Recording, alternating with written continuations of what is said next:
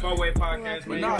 Yeah, four-way podcast. Yo, man. It's your boy Philip with something the four-way podcast, man. Hey, sitting down with BigFamousFoto, man. Check the score. What up, man? Four-way podcast. Oh man, don't give it to me like this, Brody.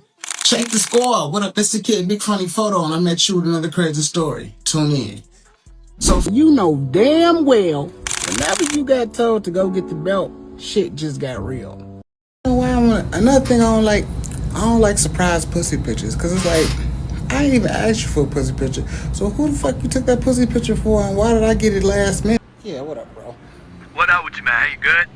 Yeah, I'm looking at the picture of the fucking. You heard about that girl and shit? Yeah, man. I don't know about that. Pleasure to be here, man. Link with the Hey, boy. hell yeah, bro. I'm about to say. And we met randomly as fuck. We was at, hey, shout out my boy Prozac, shout out Kush. We was at Summertime Vibes with Prozac. You was with one of my other homies. Yeah. And I saw him, and then you feel me, we was at the gate, and you was like, yo, I'm about to come in here. I just want that's what I do. I like to do stuff like that. I live in that area, so I love because I've been always wanting to network with that building. I see the radio. I'm like, damn, how do I get involved with them? So when I saw the event, I had just came from downtown at the Indianapolis Pizza Festival. So when I came over there, I said, oh, I see this. Fuck, I had a couple hours. I said, let me go ahead and boom, go in there. And I love it, man. Make sure, met Queen Quay, Prozac, Dan, all of them. So it's been good. It's been a really good networking experience for sure. Hell yeah, man. So, like I like to start from the beginning, man. So let's talk about you before you were who you are right now. Before you were BigFamousFoto, go ahead and explain, your upbringing, where you come from. So I'm from the south side of Chicago, man. South side, man. I went to high school, Hyde Park. I went to high school with King Louis, G. Herbo, King Von. I used to network with Sosa, Lil Durk, we connected as far as just neighborhood stuff. Went to Hyde Park High School, went to Roosevelt University College. I got my associates in sociology. So I moved to Indianapolis back in, I think I would say, 2013. I moved back and forth. I was back and forth. I moved to Indianapolis. So when my mom had passed, rest in peace to Sheila, she had passed away.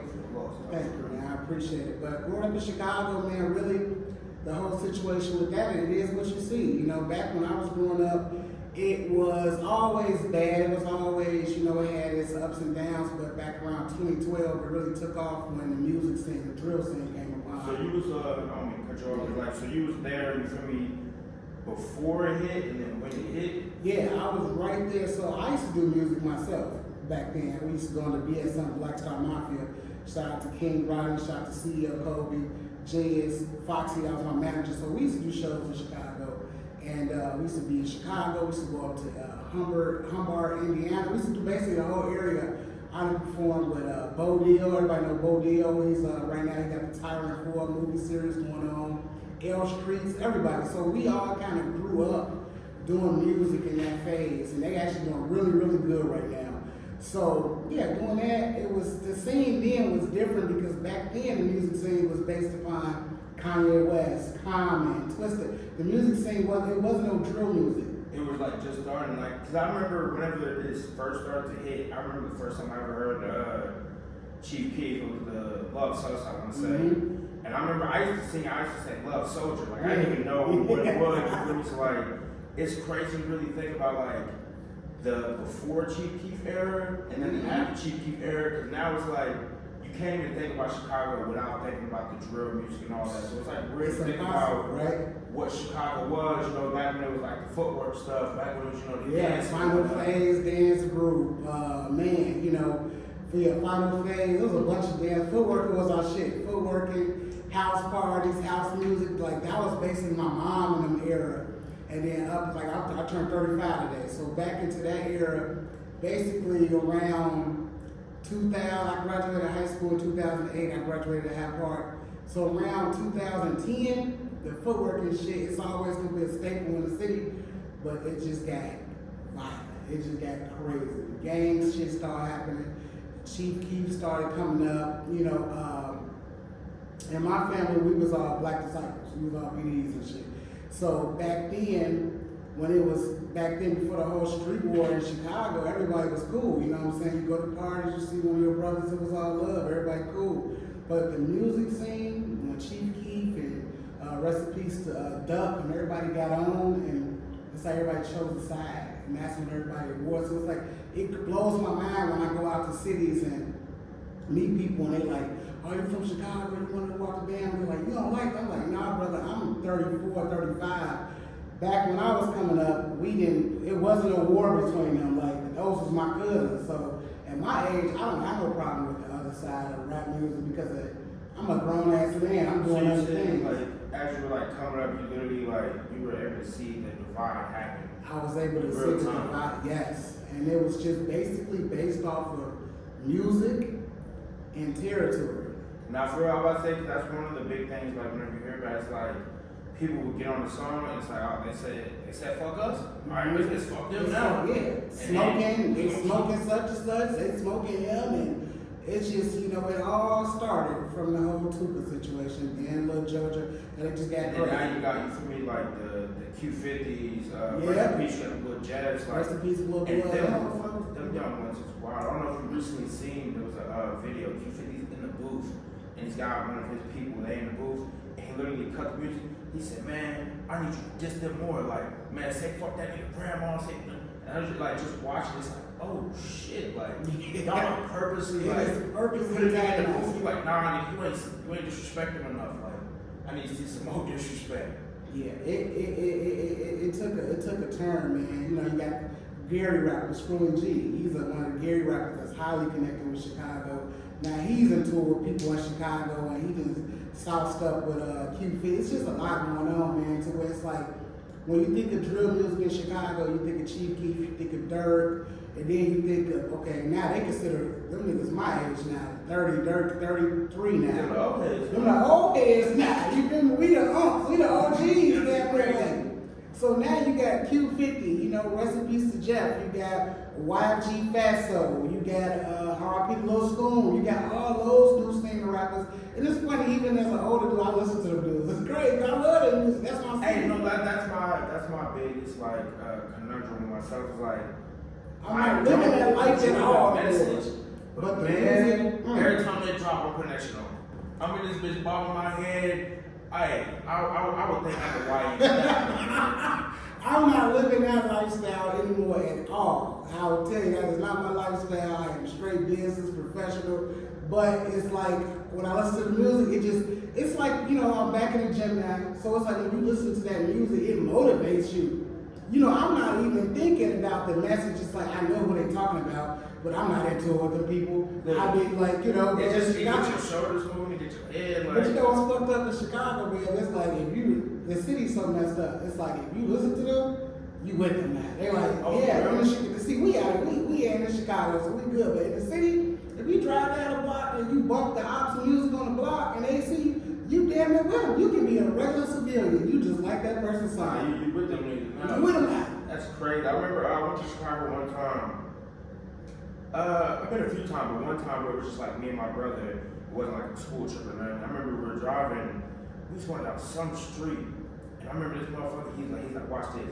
He got to play ABC Duck. I took the music off so damn quickly. So I'm like, hey, bro, I don't know where the fuck we at. I be getting under the issues. Like, man, that shit is so crazy. All right, so you coming up to Chicago, and you know what brings you here to Indiana? You know, after school and whatnot. So after school, like I said, my OG passed. I relocated here because of my best friend at the time, Louis Vicious, that was his name. So after my mother had passed, I moved to Chicago. Pardon me. The reason I moved here, my best friend, his mom was living here at the time. He go by the name of Louis Vicious, Louis I.O. right now. He does music. When he does music, he's like he done blew up, man. He does some of my first tattoos, but he's a very popular tattoo artist in Atlanta right now. He has like 2 shops or whatnot, and he's doing really good for himself. Shout out to him as well. But I moved here. I was roommating with someone, and then I had met met a female, had a baby, just started my own life pretty much, you know. And then I was working, and then what happened? So back in 2016, I was living out west out here. I was living right off of 32nd and Winthrop, 32nd. Okay, yeah, I know exactly what And you're there's a saying. very popular artist there by the name of Pope Adrian Bless. We used to live right next door to each other. He's like the top battle rapper, like Pope Adrian Bless. You go out, you go to streets, we just in streets. He was there, he was out on tour. He was doing really good. Me and him started doing music together because at that time I was doing photography. So that's where the photo comes from, because everybody knew me as a photographer. So me and him started doing pictures together. We did a couple songs together. I got booked for some shows up here. I did some shows, grew a following and whatnot. But I was like, damn, I really don't want to do music no more. You know what I'm saying? My heart was really into the creating of photography. So I grew a fan base, met people, met promoters, and I went back to doing my photography stuff. And I started doing all the, covering all the shows here. Me and DJ Boogie Bang, we ran Limelight. We tore Limelight up back in 2016, 17. We used to drop videos. He would DJ the sets there. It was just good, man. It was Indianapolis embraced me, really. That's why I started my photography career at. I don't know, 2 tours and everything, man. Met some of the best celebrities coming into the city, for real. Okay, hell yeah. I definitely, I'm about to say, so definitely for me, I've seen a lot of the content that you make, so what is it for you when like you're making the content? Are you coming up with ideas on the spot, or are you planning this stuff out? So at first I was just like, I go about, like my whole creating process is getting more controlled now. Because at first it's mostly still based on just real life situations. Like if I'm out in the world and I see a situation, see the thing is that we all need to laugh, right? And what I've been working on mastering is the skill of taking a situation that may not even be that interesting, right? Or a situation that may not be something people may laugh at. But if I can put a humor and find that silver lining in the situation and make people look at it in a different way, that's what I try to deliver on my content. I got a series right now I was working on about the Growing Up Black series. A lot of people do that series, but it's about putting Growing Up Black in Chicago is a whole different feeling. You know what I'm saying? So just putting a twist on that. I like to broadcast on current events and stuff like that that's going on. And I'm just more working on more collaborating like we're doing today and stuff. So I about to say, and then you're definitely dope with it, like your editing skills. I'm just coming into this like I'm not as good on the editing side. I can come up with the ideas, and I know how to kind of play it out a little bit. But then once it comes to sitting down and making the video pop, that's where I get a lot of inspiration from your work. Like when you see your videos, man, I appreciate that. That shit is dope. Like the way you do your editing, the way you just make it to where you don't want to not watch it. Like once the video starts playing, you're like, okay, let me sit here real quick. You know what? I love that type of feedback, because the thing is, like, as a content creator, and you know it yourself, it's like we always are our worst critic. We always worry. Like I am an analytic head. Like I'm always on my analytics. I'm always like, okay, how did this one work? Okay, what time did I post this one that got a lot of feedback? Or I used to be a type of person to be like, oh, if this one don't do too good on this platform, it's a flop. See, I want everybody to know out there that nothing you do is a flop because you put your time and effort in it. So it's never a flop, because I done posted videos on TikTok and they did good, but I done posted them on Facebook and they did great. I'm just like, what the hell, It just depends on the crowd, It depends on the crowd and how you take the message. And like one of my big things now, so right now I'm doing marketing for a company here. And I was just off my content, man. They saw my content. I was already working within the company. And, content, that's what I do. I love doing it. And they started seeing my stuff pop up on their phones. And I, planted the seed in all of the managing departments. And they gave me the opportunity, and I'm able to, do the social media marketing and coordinator for a company that do community engagement. And actually, it's really fulfilling because the company itself is actually growing now from what I've been doing. So, yeah, it's been good. Nah, I definitely feel that once you get acknowledgement from someone who's not in your immediate circle, it's like, oh shit, kind of sit back. I recently I got hit up the people All or Nothing, shout out All or Nothing. My boys. So I did the interview with Turco, and then I received a message on Facebook. He sent me his number. He's like, yo, shoot me a call. He's like, yo, come down to my office. Sit down. The whole time we're sitting here in this meeting, the meeting was it for me. It doesn't have to flourish to anything. The fact that somebody just sat here and brought me down, because you saw what I'm doing, oh shit, it puts a different feeling in you once it's acknowledged by not random people, but like how do I say this in better words? Almost strangers. Like if strangers notice your work, it's a different feeling. Like my mom told me all the time she loved the content. Like she always told me she proud of me, you know, we walk the band. And that's good, you know, my mom and stuff. But once it comes from a stranger, that's when it's like, okay, like that's when it really means. Those people that don't have to support you, they can be supporting anybody else, but they actually like your niche. They actually like what you're doing. You know, our family, our moms especially, they're gonna support us because they brought us here and they want to see us do something. I can be putting out shit content, man. My mama loves the best. You know, and that's really what it's about, man. Like so. I was telling you, like, my life, my whole come up, man, has been, it's been challenging. It's been, a lot of people don't know a lot of stuff, man. Like, a lot of people who know me in the city know me for doing photography, and then back in, like, 2021, I was, doing things. I was doing some things, you know what I'm saying? I was doing content, I started doing photography. I kind of got in the dark little place, you know what I'm saying, believe it or not. So, you wouldn't even imagine, man, like back in 2023, I got locked up, bro.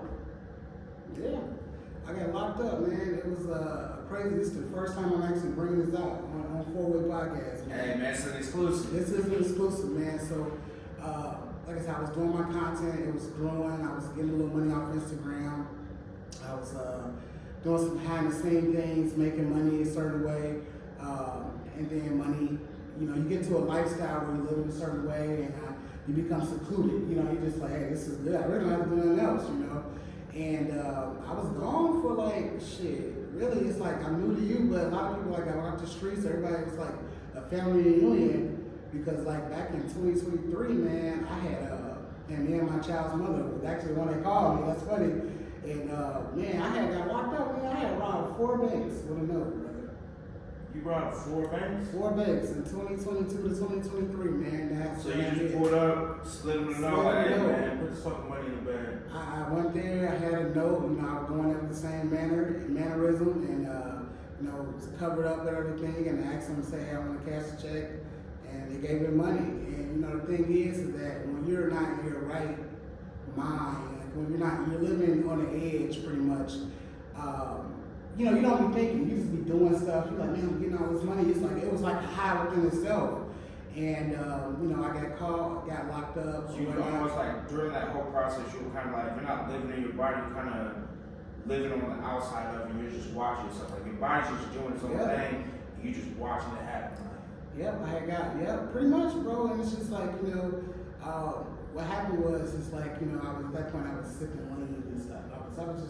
I was getting hot, sipping lean, living like a rapper. I was getting so much money. I was getting so much money, man, working with people out of the country and just getting money doing things. And, you know, I got caught. You know, I got sentenced to DOC. I was in DOC for like 18 months.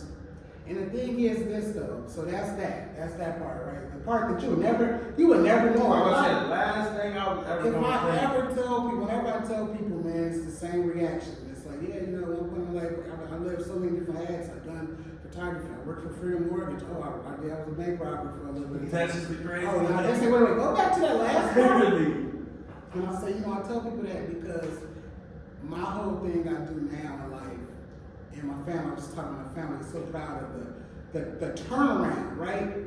Because, you know, as a felon, I'm a felon, and I work a great career as a felon. So when I hear people, they say, man, it's hard out here for felons. There's so much employment out here for felons that really want to get it, you know. And you gotta want it, though. You gotta really want it. Now, granted, unemployment rates are way higher than the jobs that are available right now. I just dropped a video on that. But for felons in particular, there are designated jobs out there for us, and other felons, to go get jobs because they get a tax write-off for our felons. Okay, so you feel me? You talk about like this turnaround. So what really was it like? Was it you getting caught and like sitting down, you know, reflecting on everything? Mm-hmm. And like, so what came to you and was like, you know what, like I'm wilding out right now? So when I got locked up and I was in Marion County, you know, got sober, detox, withdrawals from anything. You know, I drink coffee, but I slow down on coffee, anything. You know, I started working out to get my mind and everything back going, slow down on the nicotine vapes. anything I feel like I'm getting attached to, I'm now in the mind where I say, hold on, this is going too far. Let me back off that a little bit. You know what I'm saying? When I was in there, everybody was like, hey, you need to read this hood novel, read this hood book. And I'm like, the thing, brother, is that I know how that story ends. Either get rich, get killed, get the woman, or go to jail. It's never no success story that he beat all of that and he went to start a business and became successful and lived the fullest, always some type of cutthroat ending to a story. So when I was in there, I started reading Buddhism books. Right? I started reading books about mindfulness, meditation, practicing things that help me everyday life. You know, the thing is, when I went through that, I took accountability. You know, as I got sober and everything, I took that accountability. It was like, even to this day, when I sit by myself and think about it, I cannot even believe that was some shit I did, bro. Wow, man. Wow. And you know, right now, I still practice to listen to my videos. That's why a lot of people that when they meet me, they're like, man, your energy is so pure. Because that's really who I am. That's really, I want to put good energy out there because what I learned is that even though I wasn't out here killing people, selling drugs, and doing nothing crazy, you know, you be crazy. I tell people about the whole baby. They're like, yeah, fuck the government. It's like, wait, I don't want that to be the message. Yeah, the government we live in may not be the best, but that was still not good. You know what I'm saying? So my message to people is that what we have to do, or we need to try to do, it's easier for us to be in dark places. We all get depressed. We all get anxiety. You think about this when you're in your room at night, right? You can turn your phone on the lowest level in the dark room. And think about how that little screen light spreads out so far in the dark room. And that's how good energy is amongst the world we live in. Because a lot of people are walking around with a chip on their shoulder, bro. For no reason, man. Like I said, the whole, like the YN culture is literally, they're all based off like this chip on their shoulder. They go around every day. It's like, I wish a nigga would. Like they want someone to do something to them. Yeah, so that they can prove to like, yo, nigga, I'm hard as fuck, nigga. And you're not gonna do something that I can't do to you. You feel me? And that shit equals nothing. I'll tell you, as a person that lived that life, you know, I wasn't super in the streets, King Von status and no shit like that, but been around those type of people, hung with the robbers, and the killers, all that, and I always had a different state of mind though. That's why maybe for me it was easier for me to bounce back from that little situation because once I got my head on straight, it was like, okay, you get that bump in the road, you go have a detour, and then once that's done, you take accountability, you handle that situation, and then you say, fuck it, I gotta get back on time because I'm getting old. I'm 35 today, man. Time is only. Hey, happy birthday to you, thank you, man. Time is only, of the essence. So every day, man, we gotta try to make something happen. Like we're making this manifest, and we fruition in this. Every day, man, you gotta keep it going. And I tell people to do what you enjoy. Do what you enjoy, for real. Nah, literally, I was about to say, it's not really a quote, but it's Lil Russell, you know that? Oh yeah, I know. So he says in the song, he was like, child man quit his job today. I said, do what makes you happy, you could die today. Like, and I live like, I like to, think about that a lot. Like, literally, like, at the end of the day, you have free will, just use it, for the better. Like, make sure, you're doing something, it don't matter what it is, but if you enjoy yourself, your bills are paid, ain't nobody being harmed for what you do, do what the hell you want to do. For me, like, shit, if that's fucking going for walks or planting flowers or whatever it is, you want to cut your hair and dye your hair fucking pink, do it. Whatever makes you genuinely happy. Like you said, if it ain't hurting nobody, it makes you genuinely happy. Be yourself. Some of the best people, no one wants to live life. We always, they talk about people are weird, people are different. Think about it, everybody wore a uniform. And we wore the same thing. And nobody can identify a different person because everybody looks the same.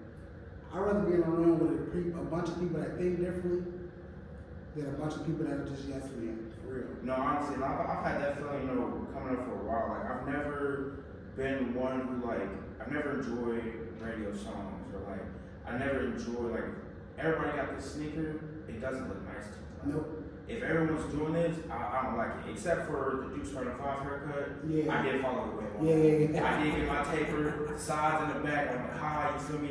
And I'm about to put the sponge on my hair. Yeah. I did follow the wave on that, but It's like everybody waiting in line when a new wave, the color wave of the bikes drop. So we all finna wait in line knowing that when me and you leave here, we got the same color shoes. And you got an outfit that's gonna have the same colors. And we just hope we don't bump into each other in the same place with the same shoes on. walking around. I remember after shoes would drop, go to school, and you'll see all the 30, 40 people with the same exact pair of shoes on. They probably wore the same type of pants. And people was dying in Chicago.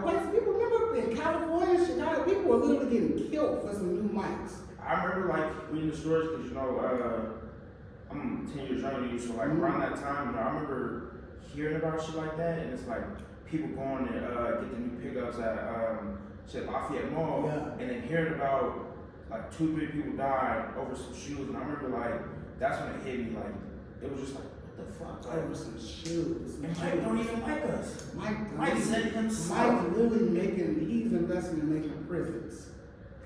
So they Man. buy shoes, they wear the shoes out, and then they go to prison if they fuck. You know, it's just like He making money off whether you buy his shoes or your ass go to jail. anyway. That's a crazy. I've never heard of Mike sitting here going and putting some money into a Chicago school or sitting here doing something for the kids. He even said it himself.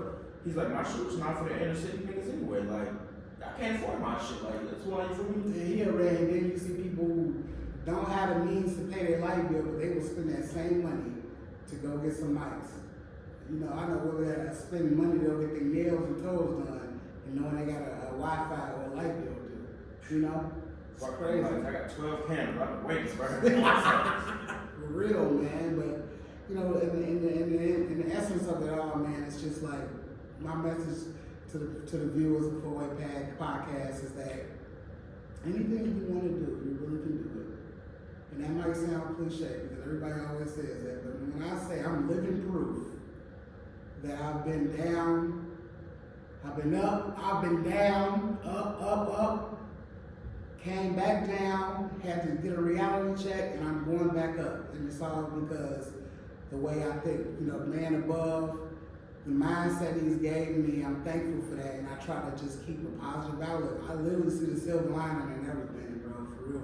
You gotta have the glass isn't half empty, it's half full. You gotta be willing, you know, like, to accept that sometimes. Like, just because, you know, something happened that is probably not the best thing or whatever, just be positive and knowing that, like, yo, you can move forward. As long as you woke up, as long as all your toes, your fingers work, your legs still working, your heart beating, you have the opportunity again. Like, you got another 24 hours, and you can do whatever you want with that. You feel me? Like, it's crazy because, like, sometimes I'll see people that, like, they'll be discussing something and they'll be talking about, like, oh, woe was me, this or that. And it's like, you don't have to think like that. No. You're choosing to down yourself and, like, oh, man, I can't get it right, I can't. Instead of saying, you know what, I'm going to try. And if I fail, I'm going to try again. And if I fail again, I'm try again. That's why I never believed in the whole product of my environment scenario. My name is BigFamousFoto, but the FOTO is abbreviated because it stands for Forever Overcoming Tough Obstacles. Hell yeah, that's hard as fuck. Forever Overcoming Tough. That's literally what I live by. Whether it's a corporate obstacle, whether it's a life obstacle, a street obstacle, I've been dealt a hand that you're like, look, this is what you got. What can you do with it? You know, and as a person that's a full-time creator, as a person that's an overall artist, I try to dabble in everything. Right now, I got an artist that I'm working the contract. I'm managing an artist, a female singer. I'm doing, you know, working on doing the stuff with the podcast, working on getting the content for it. I'm also working on starting my own social media marketing company. And the thing is that once we put our head into places, it's all about time management, though. You know, as a person that I'm working to have a better time management because sometimes when I work in my day job, which is my career, I'm still doing what I enjoy, but even in between that, I'm still making content. Okay, then when I get off, how can I do this for this artist to help with her artist development and her branding part? And then, okay, let me get on ChatGPT and let me do this, let me get this website, let me still work on that. But even when you run yourself tired, you never feel like, damn, I'm spreading myself out thin.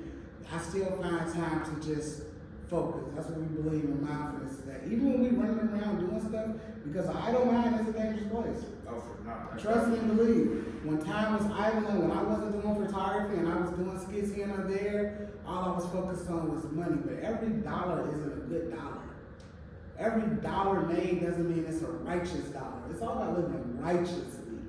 And that's what I pride myself in. When I go to sleep and I look at how my day went, I made sure that I didn't wrong anybody. I try to make sure I got my point across in a respectful way.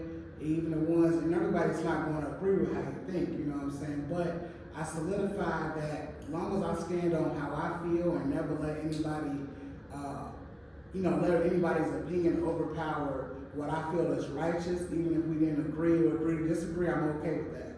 You know what I'm saying? So that's photo away, man. Just keeping it pushing, just going forward. I was about to say, I definitely, since you brought it up, we got to double back, man. So, what was going through your mind, and like, how did you, like, when was the first time you was like, fuck, man, I need some money. I know they got money in the bank. You know, that's where the money at, right? You know, it was not even my idea. It was my child's mother's idea. And she wanted to do it at first. I'm like, hell no. She didn't want to work. I was working 2 jobs at the time. But, you know, when you living a life in an addiction of anything, especially like that, you know, bills just become obsolete, you know. I'm scamming and all this shit. I'm living in a loser crib, living in a hotel, doing this, watching band. Next thing you know, shit get hard. That's only me trying to put in all the effort to make money. And she's like, oh, I put this little plan together. The first time I'm scared as hell, but that first time you do that, you know, and this is not to, you know, not to not to glorify, but just knowing that a person like myself who never thought I would do that was successful in that, that became a new addiction. Like, damn, you mean to tell me I can make $10,000 in less than 2 minutes? And honestly, I imagine it probably go through your head like, this shit way easier. This shit is way easier, bro. Like, when the feds got me and shit, they was just like so surprised that like, it was like, you really are intelligent because, you know, if you would have used a weapon, this would have been federal. You would be facing federal time. And you cut the tape off and said, he got mad because I admitted to everything. Like, they used to people talking, you know, trying to, I said, I can't come in here. You call me red handed. I can't come in here. You call me, all right, you got it. I'm going to give it up now. What use is this to come in here and act like it wasn't me that did it?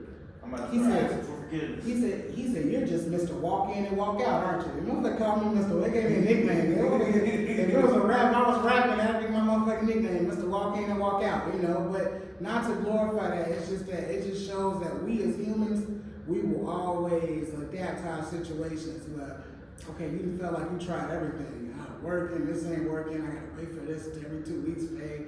You know what I'm saying? The state of mind, you know, the state of mind is altered because you're in the battle of addiction. You sipping leans, popping perks, but not. So you need that. Your body's telling you need that. Hey, bro, man, we need some drink, man. You feel me? So it's like we need that, and that's what put you in the situation. That's why I'm really, you know, right now I'm working on a couple things. One of my biggest goals right now I'm trying to get to go is a non-for-profit for children. And that's just to work with them at that age where, hey, if you want to be creative, I want to get creators like yourself, other creators of different forms of art. Let's put a summer camp together where we can run a program to get kids involved to help them work towards You have to tap you in. So I recently sat down with Tony McCracken of the One Day at a Time Foundation. Okay. And that's literally his goal. You feel me? Like trying to set up different programs so that these kids, you know, they got something to do, and you know, it's not just sitting at a park playing. Like, you learning new skills. Like he's trying to get them in computer classes or get them in these different workshops and stuff. So I'm definitely have to tap him in. That's what he's like his main goal, and he wants to catch the kids young. Yep. I want to get them at that young age to preteens, that real age. They are always living on the phone. TikTok. That could be you. The people you watching, that can be you. You know, and that's what I want to push to them. Whenever I engage with kids from my own, I'm always telling my daughter, like, look, this, you see what I'm doing. You know, my daughter know where I came from in that little situation, and I just came out and told her, like, you know, explain to her 8-year-old age where she can, you know, understand it, and told her, like, you know, that was a phase, a chapter of life. And I said, you're 8, you have so many chapters in your life you want to build upon, and that one chapter doesn't justify or solidify who you are as a person. No, literally, I was about to say, whenever I was about, I remember turning 21, and I was in like a very toxic relationship, shit, getting drunk every day. Whenever I like think back, doing this type of shit, I always wanted to. I always knew like this is what I wanted to do, but I never thought like I'm gonna actually do it. It was always just like this thing in my head, like, oh yeah, that'd be cool if I did that.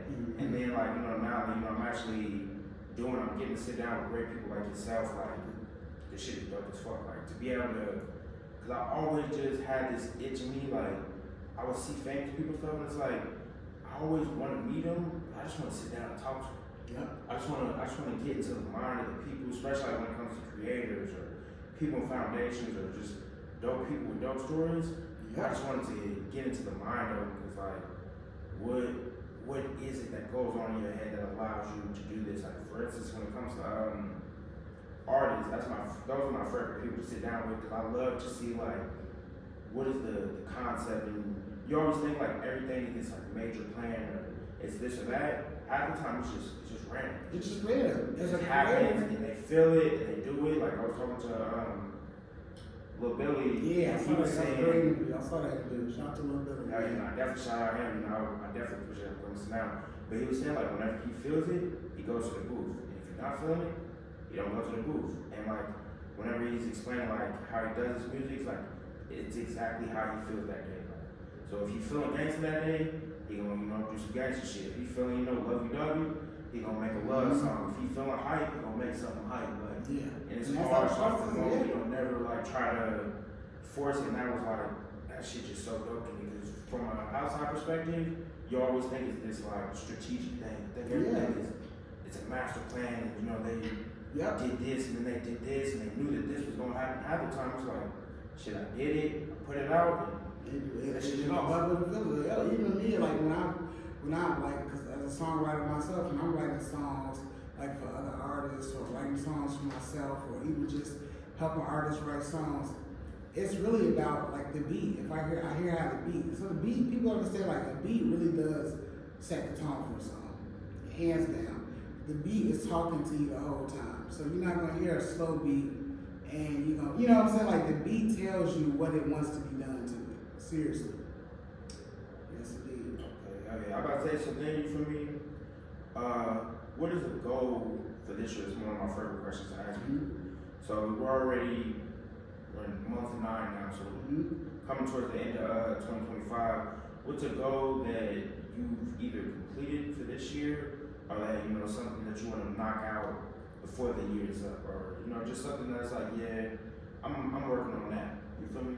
So really, one of my goals, really, I hit a couple of them, and it was really like when I got this promotion in my day life, my day job. It was like, okay, I want to come in because I always knew, like, damn, I could do the social media marketing as a content creator myself. Like, it's not just about content creating. Just like I tell music artists, oh, it's not all about just making a song. It's like, oh, you can make a song. That's 25 to 30% of the project. It's about marketing, packaging it up. Marketing is big on everything we see because guess what? We live in a consumership. Our life in America, around the world, is based on consuming. There's always one or two people. There's never just one company because that would be a monopoly. There's always a company and a competitor company trying to get you to buy the same thing in whatever field they're in. So it's just the difference that set everybody apart is how we marketing it. So when I got my shot at that and I was able to make videos go viral at the store and Fish Friday and everybody's coming in and the young lady we put in the video, people are recognizing her and they're like, you the one who made the video? That feels so good and fulfilling because at the end of the day, it's so much talent out there, bro. But everybody just needs a chance. All we need is our one shot. It's so much talent that we walk down the street that do stuff. You're like, damn, we did. You never would imagine because everybody's just missing that exposure. Think about all the artists you hear that you may not even favor. It may not be something that appeals to you, but they own a platform because they were put there because someone believed in them. Someone saw a marketing chance in them and said, this will make money. This will actually be a niche, and gave them a chance. So once that happened and sales went up and everything, that's when I said, okay, I started talking to other companies in Indianapolis. I start reaching out to, I mean, you wouldn't even imagine the companies I'm in negotiations with. And, you know, when I was doing WNBA All-Star Weekend, I did coverage. I met some great companies and just putting myself in a prediction now to where, okay, I have those people on standby, so now it's all on me, now the ball's on my court. So really, when I had a video, I got a couple videos go viral on my page, and that surprised me because I was like, what am I not doing right on TikTok? So the goal really now, as of this, is to really get everything, the groundwork, and get this marketing company for myself up and going, and just to hopefully have a release at the beginning of 2026. That's a goal that I'm really working on, and I'm working on that behind the covers. It's being put out here now, the first time everybody knows about it because of 4-Way Podcast. And that's what I'm working on, my own marketing company. So if you guys need marketing in the future, social media marketing, branding, helping as far as branding, anything social media, I like the boy, man. Hey, make sure y'all tap in with him, man. Like I said, you know, at the beginning, your content is dope, man. The way you know, put it together, bro, like, it's crazy to think, like, bro, like, imagine, like, you're as busy you are, and the way you're still able to put that content out like that, bro, hey, I definitely fuck with it, bro. I fuck with that shit. Like, every time I see one of your videos, it's always a great topic. It's usually something that's going on right now, and then just the delivery, like, from the way the edit is, from the way, you know, like, it comes in, like, you'll have, like, always, like, something, and then it, like, pops into your face, and then it's you talking, and this, that, and the third, man, that shit is... I appreciate that, man, because that stuff like that, every creator needs that, because, you know what I'm saying, I look at it as we in the same field, we both content creators, we both putting stuff out there, and we all need that just to know, like, okay, what does another person that's looking at my content think about it? And okay, what is working for me and what's not working? So that's how I appreciate it, for sure. No, for sure. Hey, no, I feel that shit, like, whenever I'm sitting here trying to, like, do these interviews and I'm editing them, I'm always like, and it's kind of crazy, like, if I go back to, like, my first couple videos, it's damn near a disservice to the people I sat down with, because I'm like, damn, like, I'm, you know, figuring out, you know, dotting the I's, crossing the T's, like, and now I'm to the point where it's like, some of those interviews I want to just redo, just redo them, because I figured out, you know, a better way to do it, and, you know, just. But that's the beauty of the process, though. Everything, like, even with my editing, I started adding just little things and sound effects. I just started doing that, like, last month. Just figuring out just the brand, like you say, certain edits that you'll always see in my videos that just, you know, because everything's about branding. So things that you want people to expect because they know it's you. Like my catch lines, check the score, it's the kid BigFamousFoto, or in the photo way. Like just having your punchlines and things that people can recognize you from if they were just walking into a room and heard them. Oh, man, you know, you heard BigFamousFoto shit too? Just something that people will recognize to know it's you, whether they just passing by or happen to catch the middle or end of your video. You know what I'm saying? Nah, hey, I about to say, so like with the podcast, I remember the first time I ever put our intro on there, like the way we do it, where it's like literally just a cut up of all the beginning of a bunch of different videos and like package it in like that. I remember somebody told me, they was like, yo, like that's dope as hell. All the way, like, I make sure every video starts with my, you know, yo, so you doing something with 4-Way Podcast, like I just make sure, you know, but developing that, it's like, damn, like, it's so easy now, but back then it was almost like hard to even imagine, like, do it like this, or finding that character identity. Yeah, you know, and then like making it natural. I never wanted to get on the camera, and me on camera is different from me in real life. Thanks. That's something I always try to make sure, you know, like I might not share all of my beliefs or, you know, whatever, you know, per se, but I always try to make sure it's completely me. Like whatever you see me do when I'm in an interview, how I talk, the ideas I have, that's exactly how I feel in real life. Yes, sir. Yeah. Man, so what's some big stuff coming up for you, man? Like what's something, you know, you can let the people know that you got going on, dog? Man, right now what I'm working on, like I said, is, you know, a lot of behind the scenes stuff is just what I'm really going on. I'm really gonna start pushing this caffeine and comedy series where like I go to different coffee shops. Cause I'm a coffee head, I love coffee, you know what I'm saying? I love me some coffee. And I just wanna go see now just different coffee shops, try different coffees, and do voice just reviews. I'm like, I went to an event that was like a coffee and club event, man, thrown by Fine Indianapolis 317. Shout out to Bo. We had that event. They had that event up in Clown Square. I took sleepover and we went to that. It was great. Had a great time, and I really loved the whole vibe of club daytime music. And you know, they had the option of people that drink. I don't drink, but you know, coffee, and it was like a singles event. It was really well put together. So shout out to Fine Indianapolis. And then recently I went to Fountain Square. It's the Black House Coffee, or Black House Cafe Indie. It is a horror movie themed coffee shop. You guys gotta get there. I think I seen your video. It was dope. It was really crowded because they're new. I can imagine they're gonna be crowded probably to the end of the year with Halloween coming up. But if you go, it's really nice. If you love horror movies, they got horror movie themed drinks. It was very nice. So yeah, just touching bases on more, really trying to tap into my content of reviews content, you know. Hey, yo, man, you already know, it's your boy Frizzy 317, BigFamousFoto, man. Hey, make sure y'all tap in. Hey, if you need your stuff marketed, hit my boy up right here, man. Everything's gonna be in the description. I got his tag right here, his name right here, so make sure y'all go there. Hey, you already know, man. That's right. Shout out to my boy, 4-Way Podcast. Thanks for having me on there. Hey, it is your boy, BigFamousFoto, BigFamousFoto, and it's a rap. Photo what?